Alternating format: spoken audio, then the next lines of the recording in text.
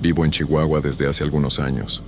Trabajo como asistente administrativa en una empresa de transporte aquí cerca de casa.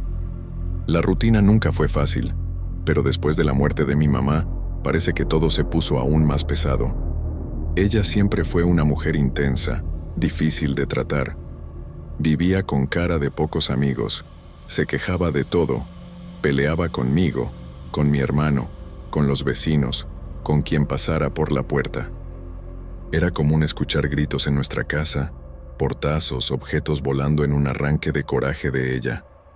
Cuando murió, pensé que, por lo menos, el ambiente pesado se iba a ir, pero no fue así como pasó.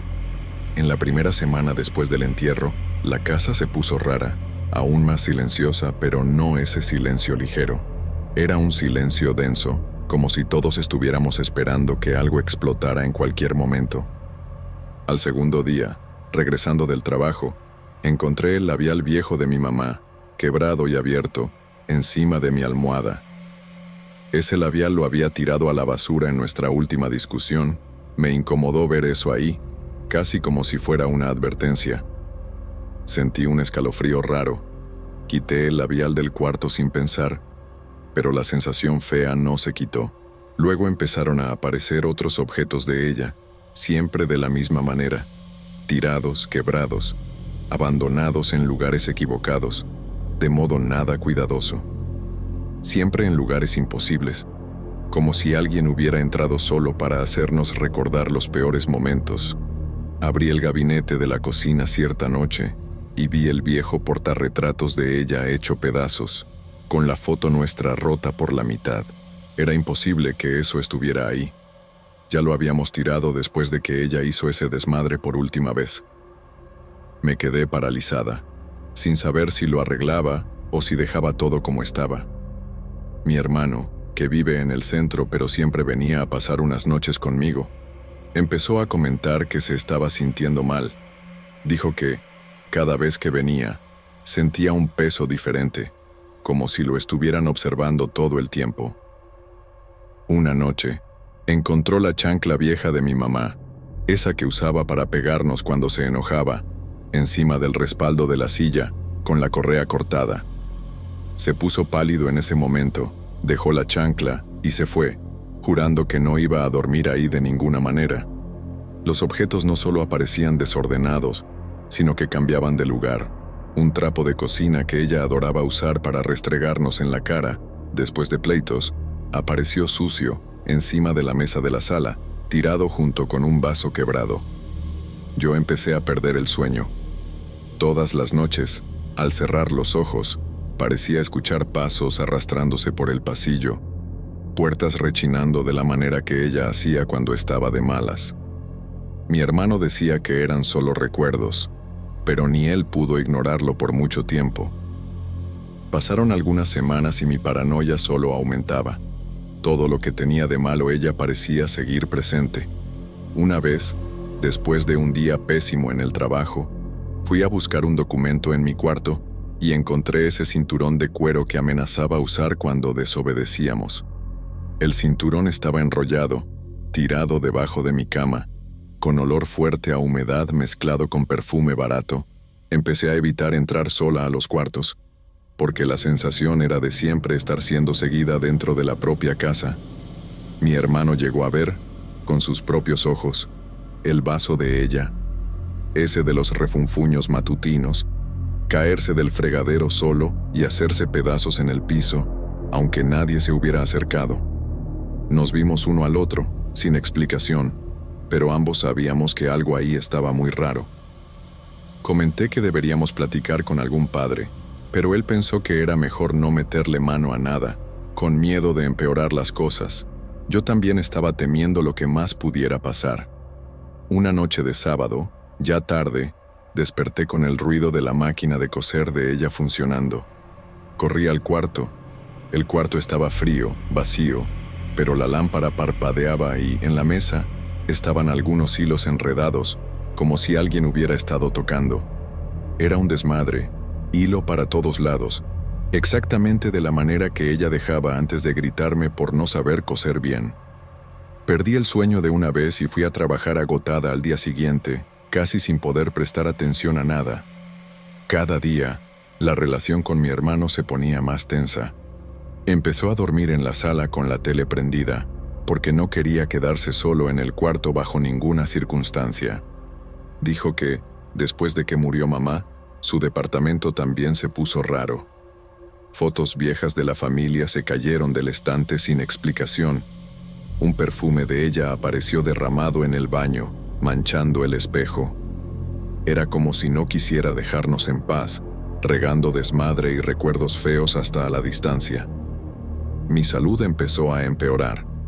Empecé a tener dolor de cabeza frecuente, insomnio, y cualquier ruido ya me ponía alerta. En el trabajo, me cacharon llorando de coraje y cansancio algunas veces, cosa que nunca había pasado.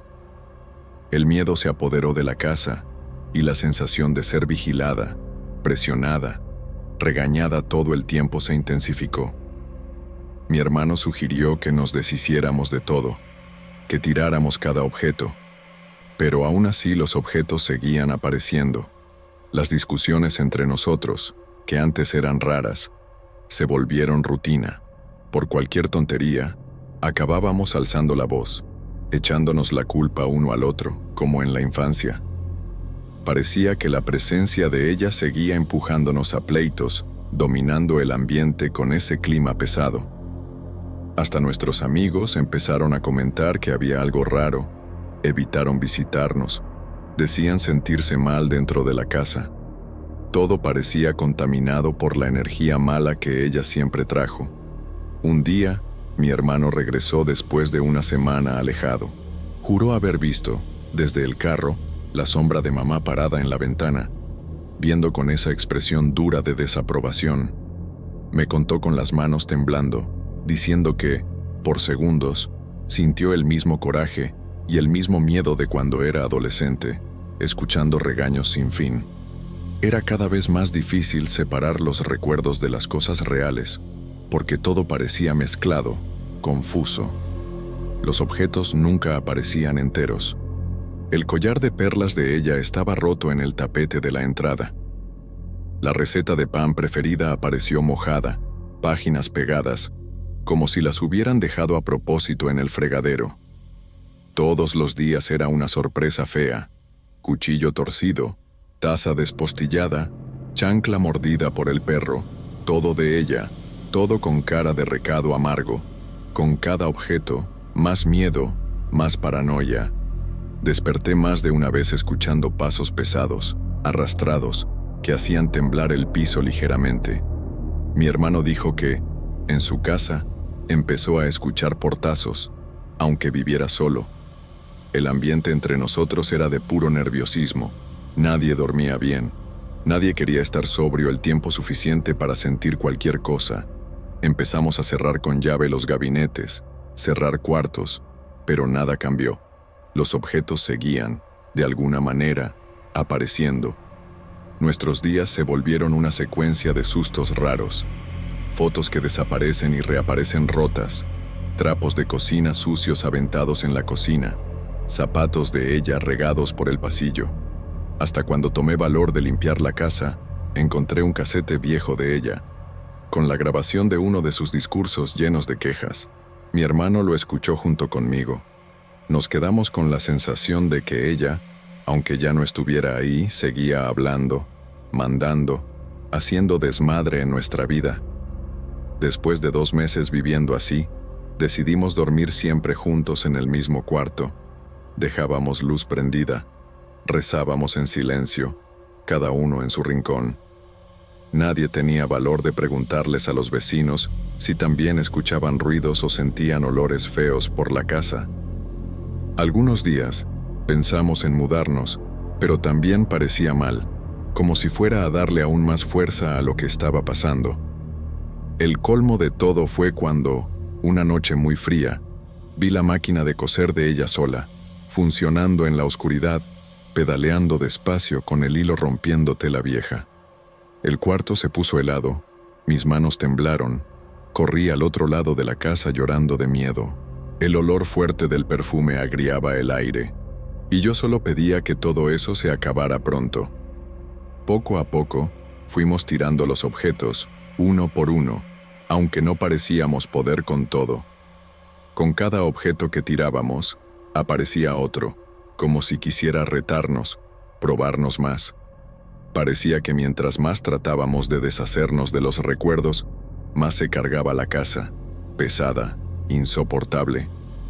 Todo la recordaba: miedo, ruido, pleito, desmadre. Hoy, ya pasaron algunos meses desde el último objeto, pero el miedo todavía está aquí, como pegado en las paredes, en el piso, en la respiración de nosotros. No tenemos valor de contarle todo a otras personas, porque parece locura, pero dentro de casa, todos sabemos que fueron días y noches con poco sueño y mucho miedo. Aprendimos a cambiar el tema cuando algo raro aparece. Fingimos no ver. Sigo trabajando, tratando de mantener la rutina, pero de vez en cuando me cacho volteando por encima del hombro, esperando escuchar un grito o ver algún objeto más de ella fuera de lugar. Mi hermano también trata de no pensar, pero basta un ruido más fuerte en la noche y ya nos ponemos atentos. Nadie se libró de la presencia de ella de verdad. Solo aprendimos a ignorar lo que no podemos explicar. Si tiene explicación o no, ya no quiero saber. Solo quiero un poco de paz, esa paz que nunca tuve mientras estaba viva y que todavía no encuentro ahora que se fue. Guardamos poquita cosa de ella, solo lo básico para no retar a quien sea, y el resto preferimos olvidarlo. Porque lo que quedó, además de miedo y paranoia, es la certeza de que algunos lazos nunca se rompen, aunque uno más lo necesite.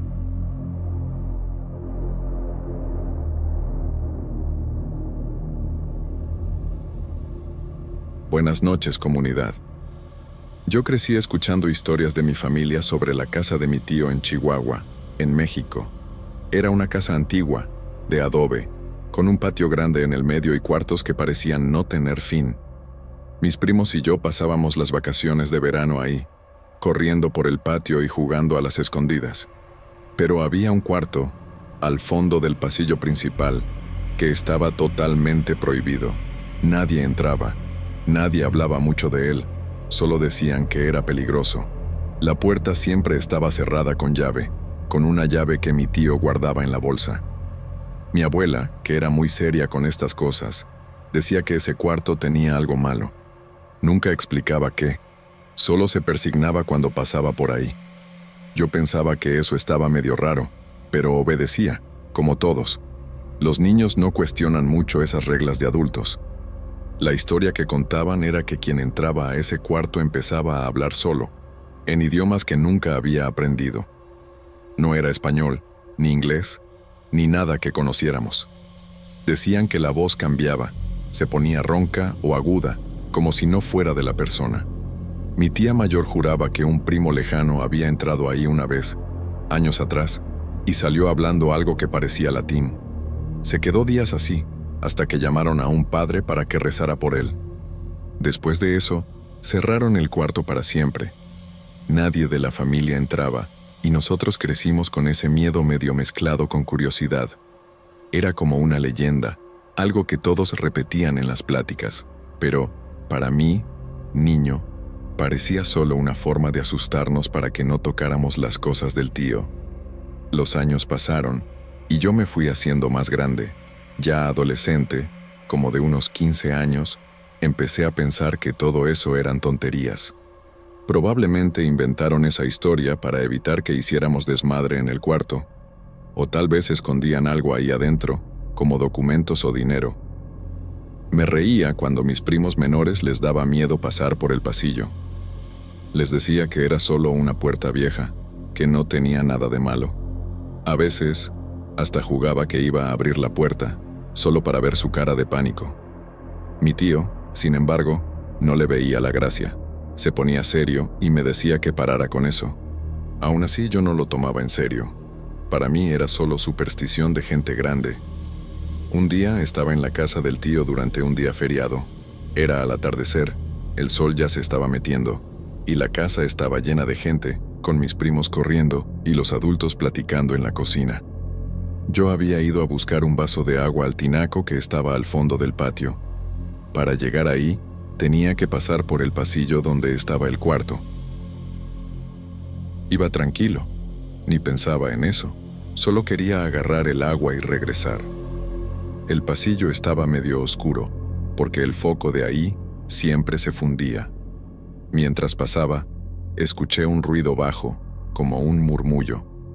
Me paré por un segundo, pensando que era alguien hablando en el patio, pero el sonido venía de atrás de la puerta del cuarto.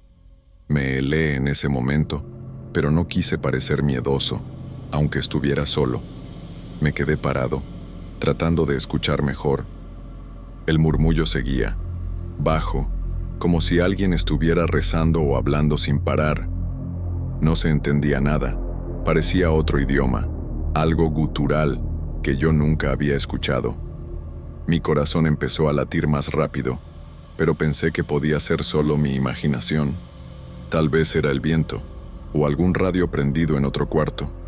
Decidí ignorarlo y seguir al tinaco. Agarré el agua rápido, con la mano medio temblando. De regreso, pasé por el pasillo otra vez, tratando de no ver hacia la puerta. Pero el sonido estaba ahí, más fuerte ahora, como si quisiera que yo lo escuchara. Cuando ya casi salía del pasillo, la puerta del cuarto se abrió despacio, con un rechinido que me revolvió el estómago. Me paré, sin poder mover las piernas. Mi tía, la hermana menor de mi mamá, salió de ahí. Estaba con la cabeza agachada, el pelo despeinado cayéndole en la cara. Iba a gritarle, pero algo estaba mal. Levantó la cara, y sus ojos estaban completamente negros, como si no tuviera iris, solo oscuridad. Me quedé sin reacción, solo viendo. Abrió la boca y empezó a hablar, pero no era su voz. Era una voz ronca, de hombre, diciendo cosas que yo no entendía. Parecía que venía de adentro de ella, pero no era ella. No lo pensé 2 veces. Me di la vuelta y corrí al patio, tropezándome con mis propios pies. Mi vaso se cayó y se hizo pedazos en el piso, pero ni le hice caso. Llegué a la cocina sin aire, con el corazón en la boca. Mi mamá estaba ahí, cortando cebolla para la cena, y vio mi cara de desesperación. Antes de que preguntara, solo señalé hacia el pasillo y dije que había visto a la tía saliendo del cuarto. Dejó el cuchillo en ese momento. Su cara se puso pálida. Sin decir nada, me agarró del brazo y fue conmigo al patio. Algunos tíos vinieron atrás preguntando qué estaba pasando. Yo casi no podía explicar, solo decía que la tía estaba ahí, que no era ella. Cuando llegamos al pasillo, la puerta estaba cerrada otra vez. No había señal de mi tía, ni sonido, nada. Mi tío sacó la llave de la bolsa con la mano temblando y cerró la puerta con más fuerza todavía. Nos vio y dijo que nadie iba a hablar de esto. Mi mamá me abrazó, pero yo sentía que estaba tan asustada como yo. Pregunté dónde estaba la tía, pero nadie respondió. Solo escuché a uno de mis primos decir que estaba en su cuarto, descansando. No me creí eso. Algo en esa voz, en esa cara, no era de ella. No era de nadie que yo conociera. Nunca más la vi igual después de eso. Esa noche, no pude dormir. Me quedé escuchando cualquier ruido en la casa, pensando que iba a escuchar esa voz otra vez. Mi cuarto quedaba lejos del pasillo, pero aún así cerré la puerta con llave y dejé la luz prendida. Al día siguiente, mi mamá vino a hablar conmigo. Dijo que la tía estaba bien, que yo debía haber imaginado cosas por la oscuridad, pero vi la manera en que desviaba la mirada. Sabía que no era imaginación. Le pedí que no me llevara más a esa casa. Solo movió la cabeza, sin prometer nada. Yo sabía que ella tampoco quería regresar. Después de ese día, evité al máximo ir a la casa del tío. Cuando no había de otra, me quedaba solo en la parte de enfrente, cerca de la cocina o del patio principal. Nunca más pasé por ese pasillo. Mis primos seguían jugando por ahí, pero yo ya no los acompañaba. Se burlaban de mí. Decían que tenía miedo de historias de fantasmas. No les respondía nada. Solo pensaba en lo que vi. No podía ser imaginación. Esos ojos negros no se me quitaban de la cabeza. Y esa voz, ronca, diciendo cosas que yo no entendía, parecía que todavía resonaba en mi memoria. Mi tía volvió a la normalidad después de unos días, por lo menos eso parecía. Sonreía, platicaba, hacía comida con mi mamá, pero yo notaba que no me veía directamente. Era como si hubiera algo que no quería que yo viera. Nunca toqué el tema con ella, y ella tampoco dijo nada. El resto de la familia fingía que no había pasado nada.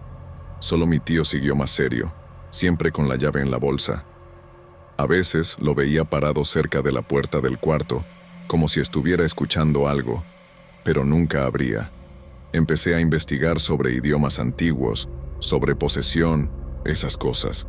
No sé por qué, pero necesitaba entender lo que había escuchado. No encontré nada que coincidiera con ese sonido. Era algo que parecía vivo, como si tuviera voluntad propia. Pensé en preguntarle a mi abuela, que sabía más de las historias antiguas de la familia, pero ya había fallecido para entonces. Me quedé sin respuestas. Solo sé que eso no era normal. No era algo que se pudiera explicar con lógica, y ya no quería tener nada que ver con ese cuarto. Unos años después, escuché de un primo que el tío había remodelado la casa. Dijo que el cuarto lo convirtieron en bodega, pero que la puerta siguió cerrada con llave. Nadie usaba ese espacio, aunque después de la remodelación. Pregunté si alguien había escuchado algo raro otra vez. Dijo que no, pero que nadie tenía valor de quedarse mucho tiempo cerca de ahí. Mi tío nunca habló de lo que había en ese cuarto antes, y creo que nunca va a hablar. Toda la familia evita el tema, como si fuera un pacto silencioso.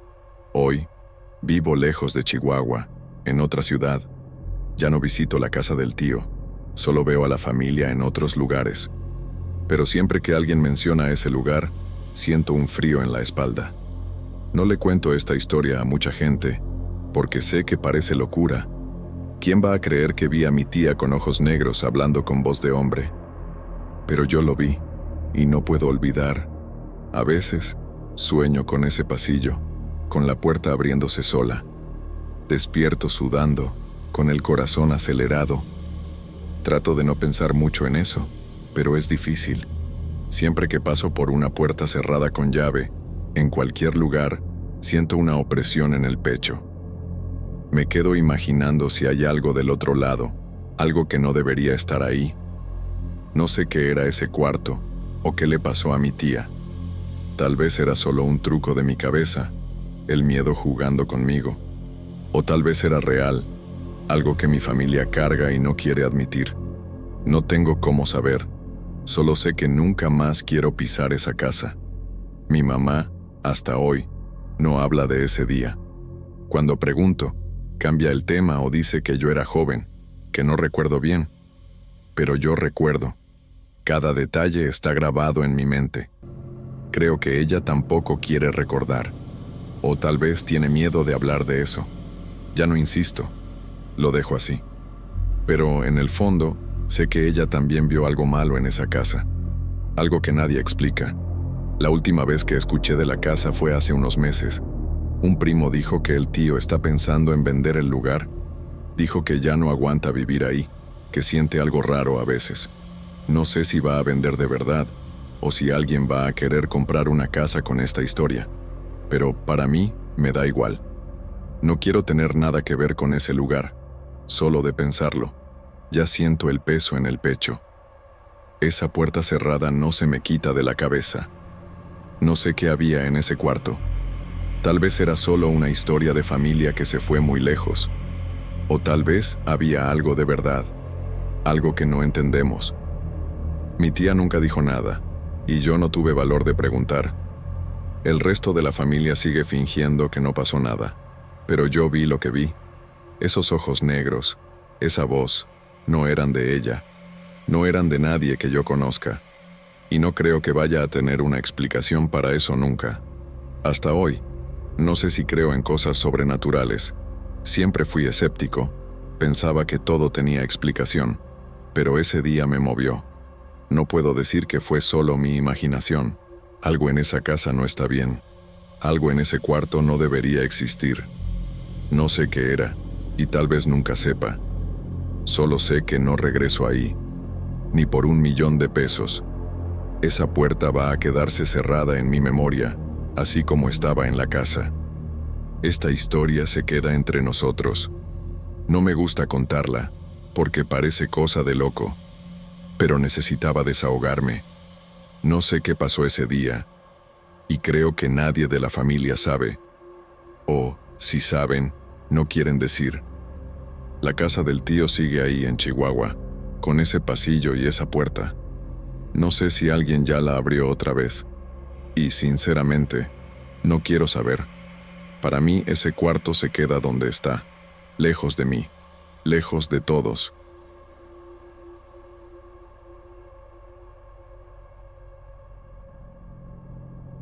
Mi nombre es Carlos, y esta historia que voy a contar pasó hace un buen rato, allá en 2011, aquí en Chihuahua, en México. Tenía 32 años en esa época. Trabajaba en una tienda de materiales de construcción en el centro de la ciudad, un lugar que se llamaba Construfácil. Era un trabajo tranquilo. Yo era vendedor. Checaba mi tarjeta todos los días. Llevaba mi lonche y regresaba a casa en la noche.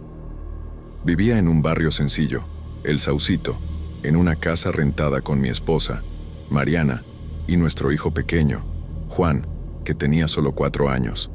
La vida no era de lujo, pero nos las arreglábamos bien, sin grandes problemas, por lo menos hasta ese año, cuando todo se volteó de cabeza.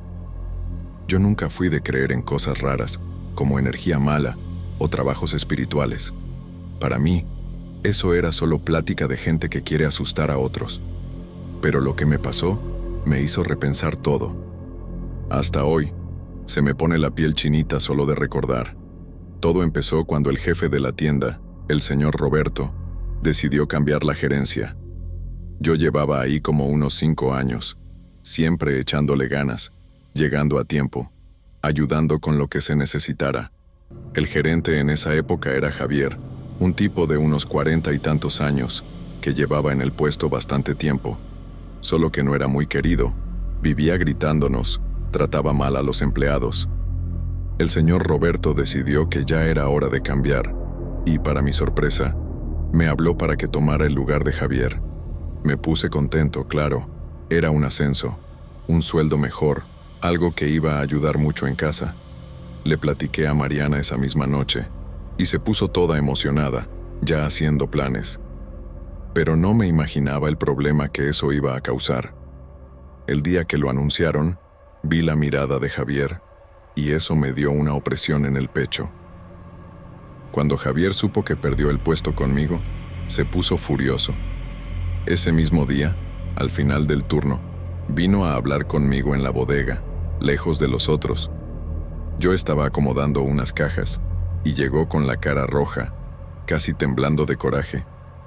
«Van a pagar por esto, Carlos, tú y Roberto», me dijo, apuntándome con el dedo en la cara. Traté de calmarlo. Le dije que no era nada personal, que era decisión del jefe, pero no quiso escuchar. Solo se dio la vuelta y se fue dando un portazo. Me quedé medio asustado, pero pensé que era solo desahogo, que se le iba a pasar. Al fin y al cabo, ¿qué podía hacer? Solo que no tenía ni idea de lo que venía. Esas palabras no se me quitaron de la cabeza. Al día siguiente, Javier regresó a la tienda como si no hubiera pasado nada. Llegó a tiempo, saludó a todos, pero había algo raro en él. Juro que nunca voy a olvidar la sonrisa que me dio cuando me vio. Era una sonrisa medio chueca, casi diabólica, como si supiera algo que yo no sabía. Se me pusieron los pelos de punta en ese momento, pero traté de ignorarlo. Pensé que era mi imaginación. Ni me habló, solo se quedó viéndome de lejos todo el día. Los otros empleados también se dieron cuenta. Hasta comentaron que estaba raro. Yo me reí, dije que era puro drama, pero por dentro estaba incómodo. No sabía por qué, pero sentía que algo estaba mal. Y no tardó mucho para que descubriera que no era solo paranoia. Pocos días después, las cosas en mi vida empezaron a descomponerse de una manera que nunca había visto. Primero, mi carro, que nunca daba problemas, se descompuso de la nada una mañana, justo cuando iba a ir al trabajo. Lo llevé al taller, y el mecánico dijo que era algo en la parte eléctrica, pero no encontraba la falla. Después, en el trabajo, empezaron a desaparecer cosas de mi escritorio, papeles importantes, hasta dinero del cajón. El señor Roberto hasta me habló para platicar. Me preguntó si estaba distraído. Me dio pena. Nunca me había pasado eso antes. En casa era peor. Juan empezó a enfermarse sin motivo, fiebre alta, llorando toda la noche. Los doctores no encontraban nada. Decían que era solo una infección. Pero nada parecía normal. Parecía que una nube negra estaba sobre mí. Las cosas solo fueron empeorando con el pasar de las semanas. Empecé a tener pesadillas horribles. Despertaba a medianoche sudando, con el corazón acelerado. Soñaba con Javier, siempre con esa sonrisa rara, viéndome desde un rincón oscuro. Mariana decía que estaba pálido, que parecía enfermo, pero no quería preocuparla. En el trabajo, todo lo que hacía salía mal. Pedidos se atrasaban, clientes se quejaban, hasta una entrega grande se perdió. El señor Roberto ya estaba empezando a perder la paciencia conmigo. No sabía qué estaba pasando. Parecía que había una fuerza jalándome hacia abajo. Hasta mi relación con Mariana empezó a sufrir. Peleábamos por tonterías. Estaba agotado, sin saber qué hacer. Sentía que estaba perdiendo todo lo que había logrado. Una noche, ya no aguanté más y me desplomé. Le conté todo a Mariana. Le platiqué de los problemas, de las pesadillas, de la manera en que Javier me había amenazado. Se quedó callada por un rato. Después dijo algo que no esperaba. «Carlos, esto no es normal. Parece trabajo hecho», me dijo, seria. Me reí al principio. Pensé que eran tonterías, pero ella insistió. Dijo que su abuela entendía de eso, que ya había visto casos así. Me convenció de ir a un centro espírita que una amiga suya conocía, allá en el barrio de Tequisquiapan. No quería, pensaba que era pérdida de tiempo, pero estaba tan desesperado que acepté. Pensé que no tenía nada que perder. Solo quería que mi vida regresara a la normalidad. Fui al centro un viernes en la noche, con Mariana a mi lado para darme valor. El lugar era sencillo. Una casa vieja con un altar lleno de veladoras e imágenes de santos. Nos recibió una mujer llamada Doña Clara, una señora como de unos 60 años, bien tranquila. Me preguntó qué estaba pasando, y le conté todo, desde el ascenso hasta los problemas que no paraban. Escuchó todo sin interrumpir, solo moviendo la cabeza. Después hizo unas oraciones. Prendió unas veladoras y me pasó una rama de hierbas. Me sentía medio tonto, pero la dejé hacer. Después de un rato, me vio y dijo algo que me heló. «Hay un trabajo hecho contra ti. Un hombre con mucho coraje está detrás de esto», me dijo. Se me paró el corazón en ese momento. Doña Clara no preguntó nada sobre Javier, pero describió a un hombre que coincidía con él perfectamente. Dijo que esa persona me tenía envidia, que quería verme en el fondo del hoyo. Platicó que era un trabajo espiritual para perjudicarme, algo hecho con mucha energía mala. Me quedé sin palabras. No sabía si creer o no, pero estaba espantado. Dijo que iba a deshacer eso, que necesitaba tener fe y seguir unas indicaciones. Me dio un baño de hierbas para hacer en casa y unas oraciones para rezar por 7 días. También me pidió que no hablara con esa persona, que evitara el contacto. Salí de ahí temblando, pero con un hilito de esperanza. Mariana me agarró la mano. Dijo que todo iba a salir bien. Quería creer en eso. En los días siguientes, seguí todo lo que Doña Clara me mandó. Hice el baño de hierbas, aunque me parecía raro, y recé las oraciones todas las noches. No le conté a nadie en el trabajo, ni al señor Roberto, porque no quería que pensaran que estaba loco. Poco a poco, las cosas empezaron a mejorar, casi como magia. El carro volvió a funcionar. Juan dejó de tener fiebre, y en el trabajo las cosas empezaron a componerse. Hasta las pesadillas pararon. Podía dormir toda la noche otra vez. Mariana dijo que era señal de que el trabajo había sido deshecho. Todavía tenía dudas, pero no podía negar que algo había cambiado. Por primera vez en semanas, sentí un alivio. Era como si un peso se hubiera quitado de mis hombros. Sobre Javier, no se quedó mucho tiempo en la tienda después de eso. Unos días después de mi ida al centro, supe que pidió su renuncia y se fue a trabajar a otra empresa, en una ciudad vecina. No sé qué pasó, pero simplemente desapareció de mi vida. Cuando escuché eso, sentí un alivio enorme, pero también un miedo raro. ¿Y si regresaba? ¿Y si hacía algo otra vez? No le conté a nadie en el trabajo sobre lo que doña Clara dijo, solo dije que ya estaba todo bien. Algunos compañeros hasta comentaron que Javier estaba raro antes de irse, pero nadie sabía el motivo. Preferí no tocar el tema, solo quería olvidar todo eso. Hoy, años después, mi vida está bien, gracias a Dios. Sigo en la tienda, todavía como gerente, y el señor Roberto confía en mi trabajo. Mi familia está tranquila.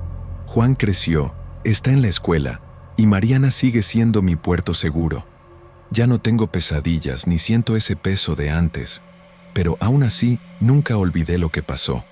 A veces, cuando paso junto a alguien en la calle y veo una mirada rara, se me pone la piel chinita. No sé si fue de verdad un trabajo espiritual o solo casualidad, pero algo en esa época no era normal. Hasta hoy, evito hablar mucho de eso. Parece que mientras más hablo, más real se vuelve. Después de esa experiencia, empecé a ponerle más atención a ciertas cosas. Empecé a creer que hay algo más allá de lo que vemos, algo que no se puede explicar. No me volví ningún experto, para nada, pero ahora respeto a quien habla de energía, de espiritualidad. Mariana siempre me recuerda mantener la fe, no dejar que pensamientos malos se apoderen. Sigo las oraciones que aprendí solo por seguridad. ¿Sabes? No quiero correr el riesgo de pasar por algo así otra vez. Hay cosas que es mejor no tocar. Solo de recordar esa sonrisa de Javier, todavía se me pone la piel chinita. No sé qué hizo, o si hizo algo de verdad, pero no quiero averiguar. Una cosa que aprendí con esto es que la envidia es algo peligroso. No sé si Javier hizo de verdad un trabajo contra mí, pero el odio que sentía era real. Eso me marcó de una manera que no se me quita de la cabeza. En el trabajo, hoy, me aseguro de tratar a todos con respeto, de no crear problemas. No quiero que nadie sienta por mí lo que él sintió. Creo que, en el fondo, eso también me cambió como persona. Soy más cuidadoso, más humilde, tal vez. Solo quiero vivir en paz con mi familia. Lo demás, lo dejo así. Esta historia es un capítulo cerrado, pero que nunca desaparece del todo. A veces me pongo a pensar en qué habría pasado si no hubiera ido al centro espírita. ¿Será que las cosas se habrían resuelto solas o habrían empeorado? No tengo respuesta para eso, y tal vez nunca la tenga. Doña Clara dijo que lo importante era que tuviera fe, que eso me protegía. No sé si fue fe u otra cosa, pero sé que algo me sacó de ese hoyo. Hasta hoy, cuando paso cerca del centro, siento una gratitud silenciosa. No he regresado ahí, pero guardo ese lugar en el corazón. Tal vez fue solo suerte, o tal vez fue algo más. ¿Quién sabe? Otra cosa que me marcó fue cómo la vida puede cambiar de una hora para otra. Estaba contento con el ascenso, pensando que todo iba a mejorar, y de repente estaba en el fondo del hoyo. Eso me enseñó a no dar nada por seguro. Hoy valoro cada día tranquilo, cada momento con mi familia. No sé si Javier tuvo algo que ver con lo que pasó, o si fue solo un montón de casualidades, pero la manera en que me vio, esa sonrisa, nunca se me quitó de la memoria. No le deseo mal, solo espero que esté bien, lejos de mí, es lo que importa. Solo quiero seguir adelante, sin voltear atrás. Chihuahua tiene muchas historias antiguas. Mucha gente habla de cosas espirituales por aquí. Antes me reía de eso. Pensaba que era solo folclore. Ahora, ya no estoy tan seguro. Veo las iglesias, los altares en las calles, y pienso que tal vez hay algo más en todo eso. No soy de andar buscando explicación, pero tampoco ignoro más. Mi abuela decía que el mundo tiene dos lados, el que vemos y el que no vemos. Antes, no entendía, pero ahora creo que tenía razón, solo que no sé hasta qué punto eso es verdad. Tal vez nunca sepa, solo sé que no quiero meterme con eso otra vez.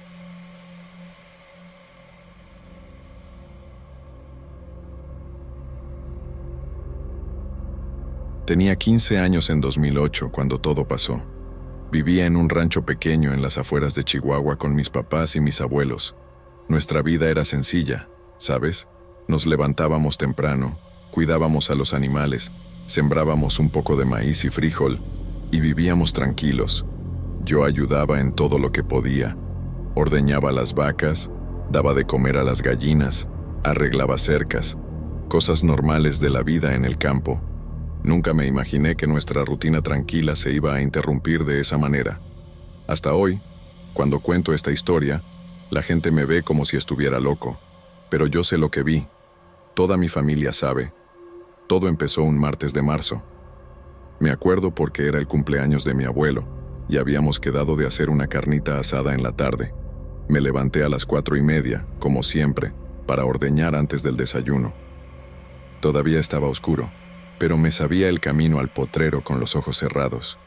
Llevé la cubeta y la linterna, silbando bajito mientras caminaba. Las vacas normalmente se quedaban juntas cerca del bebedero, pero esa mañana, cuando llegué, no vi ninguna. Se me hizo raro. Alumbré todo el potrero con la linterna. Las llamé. Les poníamos nombre a las vacas, cosa de niño del campo. Pero nada. Empecé a preocuparme, pensando que tal vez alguien se había robado nuestros animales durante la noche. Después de como 20 minutos buscando, las encontré todas amontonadas en la esquina más lejana del potrero, escondidas atrás de unos matorrales. Estaban agitadas, inquietas, los ojos bien abiertos de una manera que nunca había visto antes. Traté de acercarme a la manchada, que era la más mansa, pero se echó para atrás, resoplando. Todas parecían asustadas de algo. Regresé a la casa y le conté a mi papá, que se encogió de hombros y dijo que probablemente había pasado algún coyote por ahí. Acepté la explicación, pero en el fondo sentía que era algo diferente. Las vacas nunca habían actuado así por los coyotes. Una semana después pasó lo mismo. Fui a ordeñar de madrugada y las vacas no estaban en su lugar de siempre.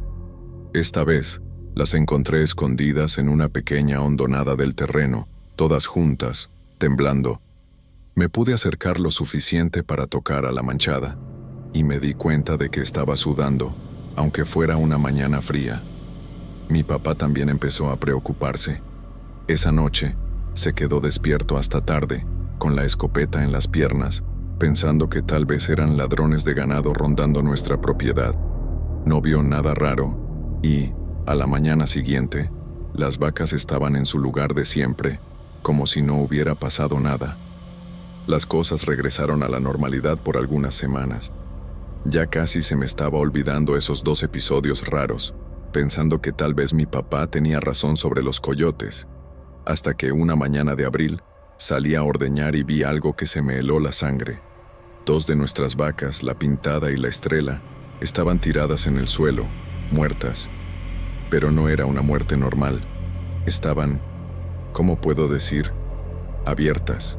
Tenían cortes perfectos, circulares en la panza y en el cuello. Y lo más raro, no había sangre, ni una gota en el suelo alrededor de ellas. Era como si las hubieran vaciado. Dejé caer la cubeta y corrí a la casa, gritando por mi papá. Vino corriendo, junto con mi abuelo. Cuando vieron las vacas, se quedaron paralizados. Mi abuelo, que había sido vaquero toda la vida, dijo que nunca había visto nada parecido. No parecía ataque de animal salvaje, ni herida de arma. Los cortes estaban muy limpios, muy precisos. Mi papá les tomó fotos con una cámara vieja que teníamos. Después, enterramos las vacas bien hondo, para que los otros animales no sintieran el olor. Esa noche, nadie pudo dormir bien. Mi mamá quería hablarle a la policía, pero mi papá dijo que se iban a reír de nosotros. ¿Qué les íbamos a decir? ¿Que nuestras vacas habían sido... ¿qué? ¿Asesinadas? En los días siguientes, mi papá y mi abuelo se turnaron en vigilias nocturnas. Yo quería participar, pero no me dejaron. Decían que era peligroso, que estaba muy chavo. Me frustré, pero obedecí. Las otras vacas siguieron agitadas. No querían salir a pastar durante el día. Teníamos que prácticamente empujarlas para que salieran del establo. En la noche, mugían sin parar, un sonido angustiado que nunca había escuchado antes. Era como si trataran de avisarnos de algo. Me acuerdo de quedarme despierto en la cama, escuchando esos mugidos y sintiendo un miedo que no podía explicar. Como 2 semanas después del incidente con las vacas muertas, mi papá vendió la mitad de nuestro ganado. Dijo que era mejor reducir la pérdida en caso de que pasara otra vez. Nos quedamos solo con 6 vacas, las más productivas. Las cosas se calmaron por un tiempo. Llegó el verano, después el otoño, y no pasó nada raro. Casi logramos convencernos de que había sido un evento aislado, tal vez obra de algún loco de la región, o un depredador que nunca habíamos visto antes. Mi abuelo hasta bromeaba, diciendo que tal vez era el chupacabras, esa leyenda urbana que todo mundo conoce en México. Nos reíamos, pero era una risa nerviosa. Entonces, una madrugada de enero de 2009, casi un año después del primer incidente, pasó. Mi papá había ido a checar las vacas como a las 3 de la mañana. Todavía hacía eso de vez en cuando, aunque después de tanto tiempo sin problemas. Yo estaba dormido cuando lo escuché entrar corriendo a la casa, sin aire, la cara pálida como papel. Despertó a todos, pero no podía hablar bien.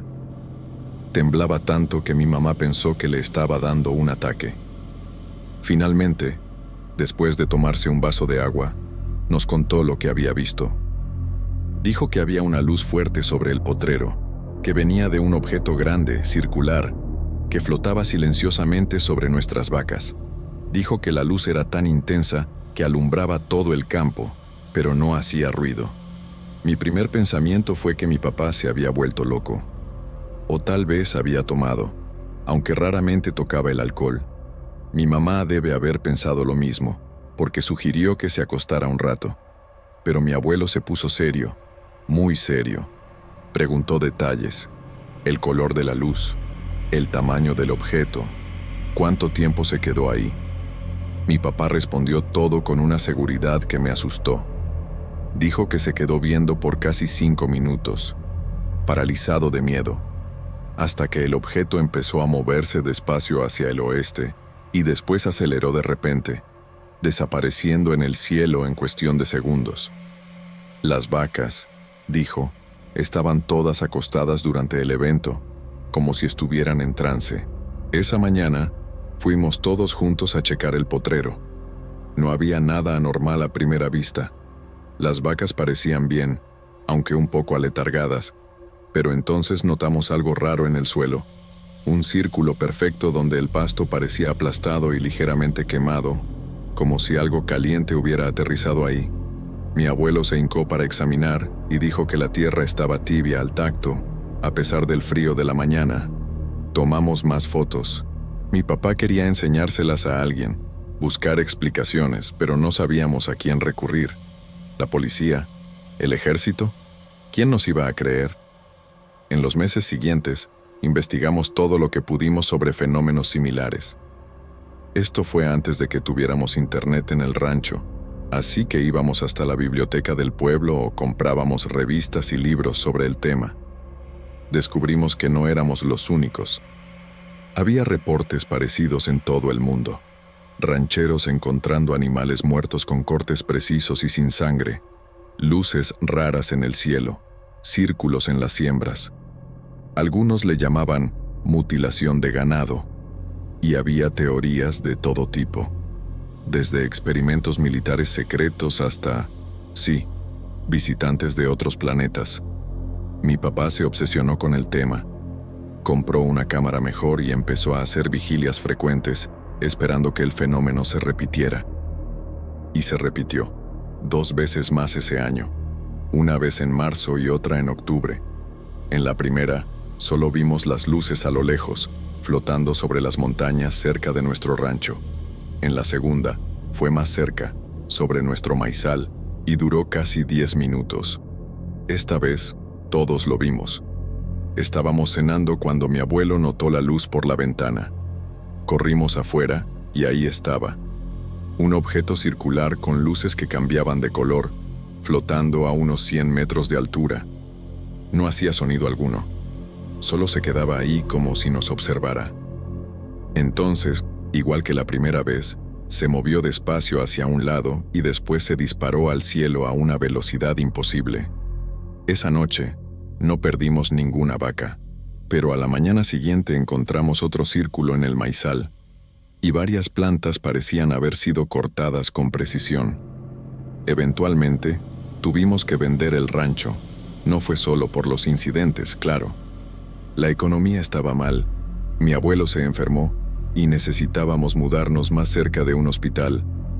Pero no puedo negar que esos eventos influyeron en la decisión. Nadie quería admitirlo, pero todos teníamos miedo. Las vacas nunca volvieron a ser las mismas. Producían menos leche, parecían siempre nerviosas, y nosotros también cambiamos. Mi papá se volvió más callado, más desconfiado. Se pasaba horas viendo al cielo. Mi mamá empezó a ir más seguido a la iglesia.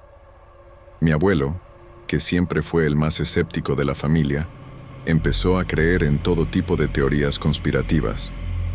Nos mudamos a la ciudad en 2010. Mi papá consiguió trabajo en una fábrica. Yo empecé a estudiar en una escuela más grande. Tratamos de seguir con nuestras vidas, pero esas memorias nunca nos abandonaron. De vez en cuando nos juntábamos a cenar, el tema regresaba. Comparábamos nuestros recuerdos, tratando de entender qué había pasado realmente. Con el tiempo, tuve acceso a Internet y empecé a investigar más a fondo. Encontré comunidades en línea de gente que había pasado por experiencias similares. Algunas historias eran claramente exageradas o inventadas, pero otras tenían detalles tan específicos, tan parecidos a lo que vivimos, que era imposible no creer. En 2017, el Pentágono divulgó oficialmente videos de objetos voladores no identificados, grabados por pilotos de la Marina Americana. Fue como una validación para nosotros. Mi papá me habló en cuanto salió la noticia, la voz temblorosa de emoción. ¿Viste? No estábamos locos, son reales. Desde entonces, más información ha salido a la luz. Ex empleados del gobierno hablando sobre programas secretos de investigación, pilotos reportando encuentros inexplicables, hasta audiencias en el Congreso americano sobre el tema. Cada nueva revelación es como un pequeño alivio para mi familia, como una confirmación de que lo que vivimos no fue imaginación, no fue histeria colectiva. Hoy tengo 30 años, trabajo con tecnología, llevo una vida normal en la ciudad. Raramente hablo de lo que pasó en ese rancho en Chihuahua. Cuando el tema surge entre amigos, generalmente me quedo callado.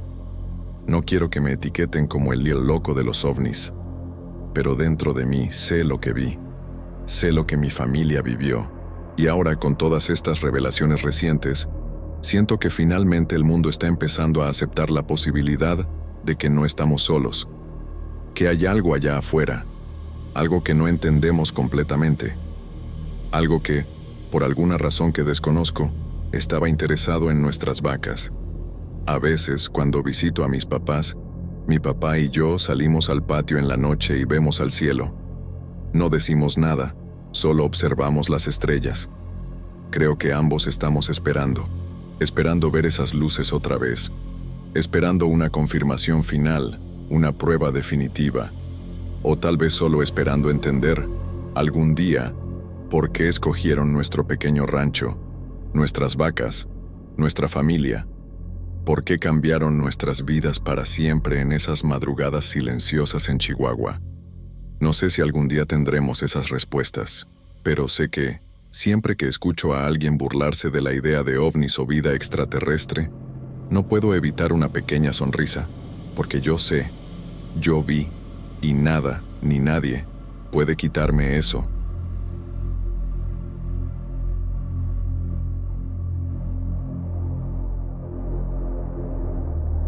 Yo nunca fui de creer mucho en esas cosas de fantasmas, ¿sabes? Siempre pensé que era cosa de películas. historia de gente que quería llamar la atención, pero tengo un recuerdo de mi niñez que hasta hoy me deja medio pensativo. Creo que, si no fuera por mi papá, yo también me reiría si alguien me contara. Solo que, viniendo de él, la cosa siempre tuvo un peso diferente, porque mi papá era ese tipo de hombre que no se dejaba llevar por tonterías. Era policía, línea dura, y odiaba cualquier plática de apariciones. Me acuerdo de una noche, debía tener como 12 años, era 1997. Estábamos en casa, en un departamento pequeño, nada del otro mundo, solo yo, mi mamá y mi papá. Era de noche, ya me había ido a acostar, pero acabé quedándome despierto porque mis papás estaban platicando bajito en la cocina. ¿Sabes cuando reconoces el tono de voz serio, pesado? En vez de dormir, me quedé escuchando sin querer. Ni era chisme, era preocupación que se sentía hasta desde mi cuarto. Mi papá acababa de llegar del turno. Siempre llegaba cansado, pero esa noche parecía que estaba aún más callado que lo normal. Lo escuché jalando una silla, el ruido del escritorio arrastrándose.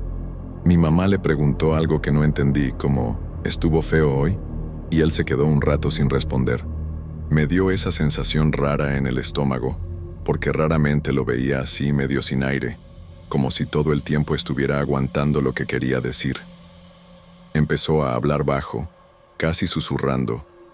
Le dijo a mi mamá que, si se reía o le contaba a alguien, nunca más le iba a contar nada serio. La manera en que habló se me quedó en la cabeza para siempre. Parecía un niño, medio con miedo, medio pidiendo ayuda. Vi algo hoy, dijo, y se quedó en silencio un ratote.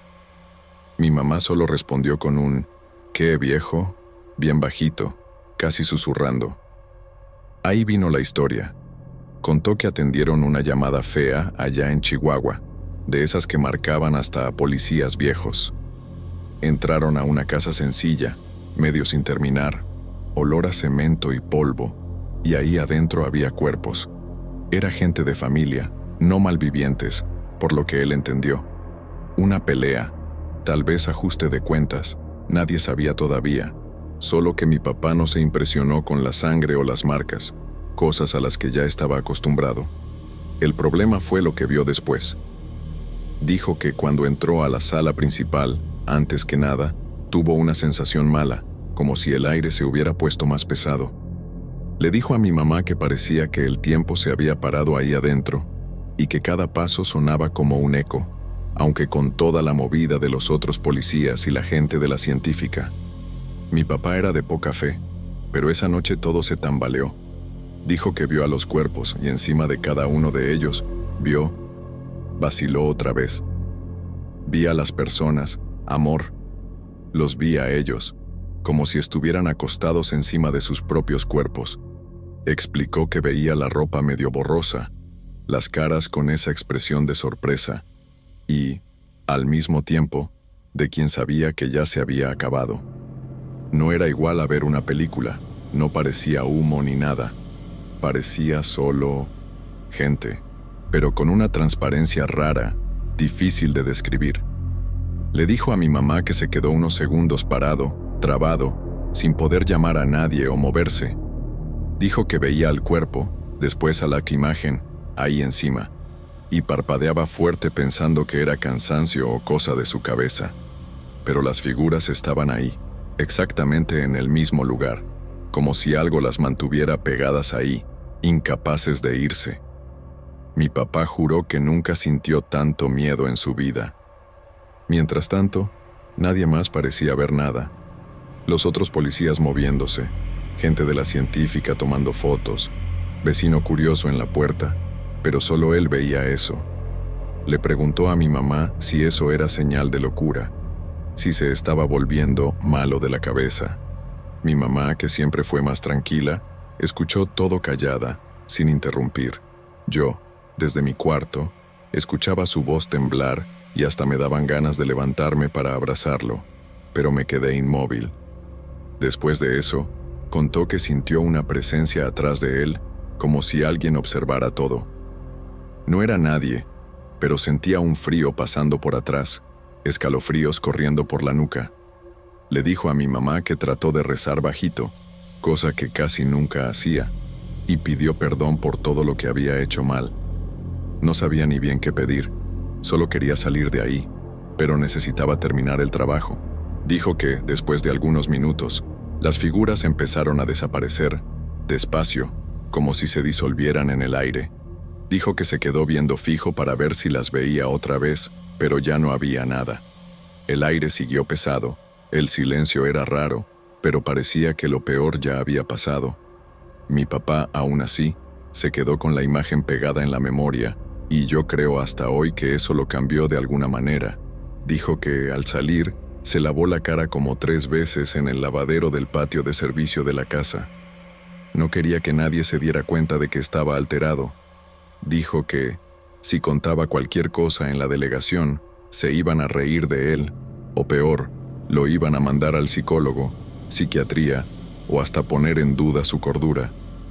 Los policías no pueden dar señal de debilidad, siempre decía. Esa noche, le pidió a mi mamá que nunca repitiera esa historia a nadie. Dijo que ya bastante con que él fuera atormentado por eso solo. No quería arruinar su imagen en el trabajo y mucho menos en casa. Mi mamá prometió guardar el secreto, pero yo, desde el cuarto, grabé cada pedazo de ese relato. Creo que nunca le comenté a ella que escuché esa conversación, ni siquiera muchos años después. Después de esa noche, mi papá ya no fue el mismo.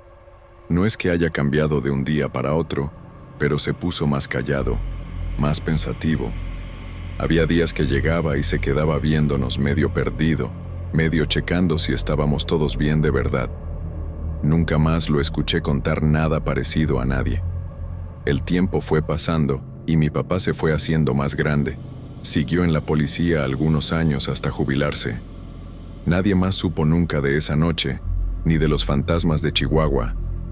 Para todos, siempre fue el policía duro, escéptico, ese que nunca temblaba ante nada, menos para mi mamá y, en secreto, para mí. Cuando se enfermó y acabó dejándonos, ya hacía muchos años de ese episodio. Entre las pocas pláticas que tuve con él a solas, traté un día de sacar el tema sobre cosas raras, historias de turno. Solo me vio, sonrió de ladito, pero se esquivó. Le pregunté de broma si ya había visto fantasmas. Solo dijo, «Hay cosas que es mejor ni buscar saber, hijo». Nunca pude sacarme la duda de si, al contarle eso a mi mamá, realmente creía en lo que vio, o si ya estaba al borde de una crisis, de esas que les pegan más tarde a quienes pasan por mucha violencia. Pero conociendo a mi papá, creo que realmente vio algo fuera de lo normal en esa casa. Tal vez, si no fuera él, ni me importaría. Pero me pregunto eso hasta hoy. Nunca repetí esta historia a mis amigos ni a mis hermanos. ¿Quién iba a creer? Iba a parecer mentira o cosa inventada para asustar niños. Pero cargo este relato conmigo, y siempre me pongo a pensar, ¿será que todo mundo tiene algo que vio y prefirió guardarse solo para sí? Mi papá escogió el silencio y, de cierta forma, creo que hizo lo correcto. Para mí, lo más espantoso de ese relato nunca fue el fantasma en sí. Fue imaginar su miedo, un adulto, policía, que nunca vacilaba. Ver a alguien así temblando, confundido, asustado, te mueve. Muestra que, detrás de cualquier uniforme, siempre hay alguien tratando de entender lo que no tiene sentido. A veces, sueño con esa casa, aunque nunca haya estado ahí. Me imagino las caras que él vio, los detalles borrosos, la sensación de peso en el aire. No sé si es solo imaginación o si algún miedo se me quedó pegado por escuchar esa conversación. Pero nunca pude olvidar.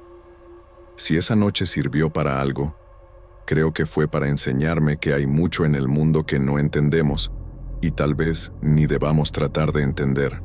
Lo importante es seguir adelante, con los secretos que la vida nos pone en el camino, y respetar los límites de lo que cada uno puede cargar.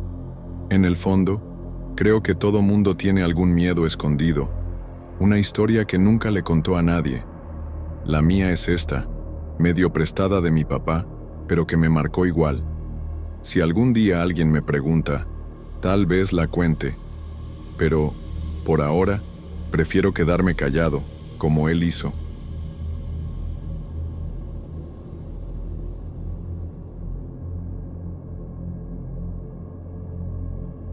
Soy recién habilitada. Saqué mi licencia de manejar hace como 2 meses nomás. Siempre fui cuidadosa, ¿sabes? Pero hace unas semanas pasó algo horrible. Venía regresando a casa en la noche, por una calle medio oscura aquí cerca. Estaba lloviznando, y juro que venía manejando despacio, con todo el cuidado. Entonces, de la nada, un hombre se atravesó enfrente del carro, sin que yo me lo esperara. No me dio tiempo de frenar, y acabé atropellándolo. Se me paró el corazón en ese momento. Empecé a temblar toda. Me bajé del carro desesperada. Vi que estaba lastimado, sangrando un poco. Le hablé a la ambulancia en ese momento, y se lo llevaron al hospital. Después de eso, quedé hecha un caos. No sabía qué había pasado con el tipo. Nadie me daba noticias. No sabía si estaba bien o no. Me quedé con un peso en la conciencia que no se puede describir. Pasé los días siguientes solo pensando en eso, sin poder dormir bien. Cada vez que cerraba los ojos veía la escena otra vez, el impacto, el sonido. Fui a la delegación para saber algo, pero solo me dijeron que estaban investigando. Me sentía culpable, aunque sabía que no lo hice a propósito. Empecé a tener unos dolores de cabeza horribles, como una presión en la nuca. Y para empeorar, empecé a tener unas pesadillas muy raras. Una semana después del accidente, tuve un sueño que me dejó espantada. Soñé que estaba en mi cama, de noche, y alguien me estaba ahorcando. Veía la cara de esa persona. Era un hombre, con una mirada llena de coraje. Yo trataba de gritar, de forcejear, pero no podía moverme. Desperté sudando, con el corazón acelerado, casi sin aire. Miré el reloj. Eran como las 3 de la mañana y estaba todo oscuro en el cuarto. Me quedé sentada en la cama, tratando de calmarme, pero no pude. La sensación era tan real, parecía que alguien había estado ahí de verdad. Pasé el resto de la noche despierta, con miedo de cerrar los ojos. Esa imagen no se me quitaba de la cabeza. Al día siguiente, estaba agotada, casi no pude trabajar. Regresé a casa en la noche, solo queriendo dormir y olvidar todo. Me bañé, me puse una pijama y me fui a acostar. Pero, cuando apagué la luz, sentí un frío en la espalda. ¿Sabes? Me quedé viendo hacia la esquina del cuarto y juro que vi una sombra ahí. Era el mismo hombre del sueño, parado al lado de la cama, viéndome fijo. Me congelé, no pude ni gritar. Solo cerré los ojos con fuerza. Cuando los abrí otra vez, no había nadie, pero tenía el corazón en la boca. Prendí la luz y me quedé viendo todo el cuarto, temblando. No dormí más esa noche. Después de eso, empecé a ponerme paranoica. A cada rato pensaba que había alguien observándome. Ya no podía estar sola en la oscuridad. Dejaba todas las luces prendidas. Los dolores de cabeza solo empeoraron. Parecía que había algo apretando mi cerebro. Empecé a pensar que ese hombre que atropellé tal vez se había muerto. ¿Y si se había ido por mi culpa? ¿Y si estaba regresando para vengarse de mí? Sé que suena a locura, pero no me podía quitar eso de la cabeza. Cada ruido en la casa me hacía brincar de miedo. Se estaba volviendo un infierno vivir así. Traté de platicar con mi mejor amiga sobre eso. Le conté todo, el accidente, las pesadillas, la sombra en el cuarto. Trató de calmarme. Dijo que era solo estrés, culpa, esas cosas. Pero veía en sus ojos que ella también estaba asustada con lo que le estaba diciendo.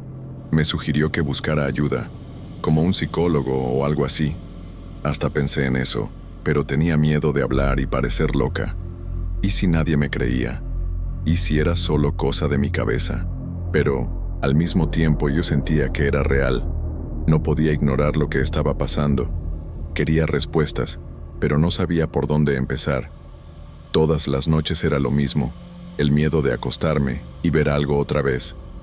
Empecé a dormir con la luz prendida, pero aún así no me sentía segura. Hasta agarré un cuchillo y lo dejé en el buró, solo por precaución. Sabía que no iba a servir de nada, pero necesitaba algo para sentirme protegida. Escuchaba unos ruidos a veces, como pasos ligeros en el pasillo. Veía por la rendija de la puerta, pero nunca veía nada. Mi cabeza estaba hecha un caos, mezclando lo que era real y lo que no. Ya no sabía qué creer. Solo quería que eso parara de una vez. Quería paz, solo eso. Fui otra vez a la delegación, desesperada por noticias del hombre. Pregunté si estaba vivo, si tenían alguna información para darme. El policía fue medio seco. Dijo que no podía decir mucho por la investigación. Solo me dijo que el caso estaba en proceso y que me avisarían si necesitaban algo. Salí de ahí peor de cómo entré, con más preguntas que respuestas. En el camino a casa, sentía como si alguien me estuviera siguiendo. Volteaba para atrás, pero no veía a nadie en la calle. Mi corazón latía tan fuerte que pensé que iba a explotar. Llegué a casa y cerré todo con llave, puertas y ventanas. Los dolores de cabeza no paraban, a veces era tan fuerte que lloraba. Tomaba medicina, pero parecía que nada servía contra eso. Había días que despertaba con marcas en el cuello, como rasguños ligeros. Me veía en el espejo y no entendía. ¿Será que yo misma me estaba lastimando sin darme cuenta? ¿O era otra cosa? No quería ni pensar en eso, pero la duda se quedaba ahí. Tenía miedo de dormir, miedo de despertar, miedo de todo. Empecé a evitar salir de casa, solo iba al trabajo y regresaba. No quería hablar con nadie de eso. Sentía que me estaba quedando sola con ese peso. Una noche, decidí intentar algo diferente para calmarme. Agarré unas veladoras que tenía en casa y las prendí en el cuarto. Escuché que eso ayuda a espantar energías malas. ¿Quién sabe? Cerré los ojos y traté de rezar un poco, pedir protección. No soy muy religiosa, pero estaba desesperada por cualquier cosa. Me quedé ahí, callada, solo escuchando el silencio de la casa. Por un momento, sentí una paz, como si algo se hubiera ido, pero no duró mucho.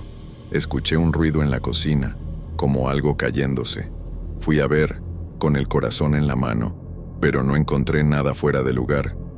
Regresé al cuarto con miedo otra vez.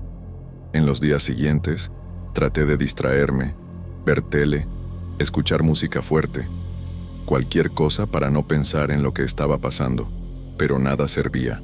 La sensación de estar siendo vigilada no se iba.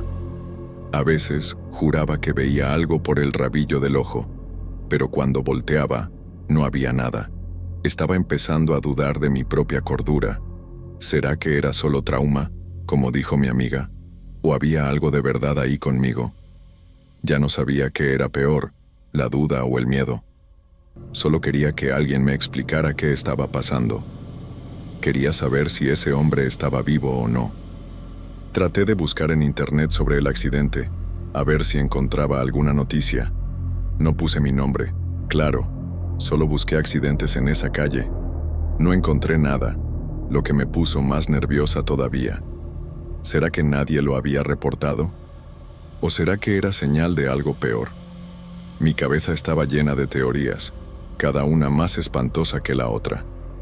Pensé en ir al hospital a preguntar, pero tuve miedo de lo que iba a descubrir. ¿Y si confirmaban lo peor? ¿Cómo iba a lidiar con eso? No me podía ni imaginar. Otra noche, tuve un sueño parecido, pero esta vez escuché una voz. Era baja, casi un susurro, diciendo algo que no entendí bien. Desperté del susto, con la sensación de que alguien me había hablado al oído.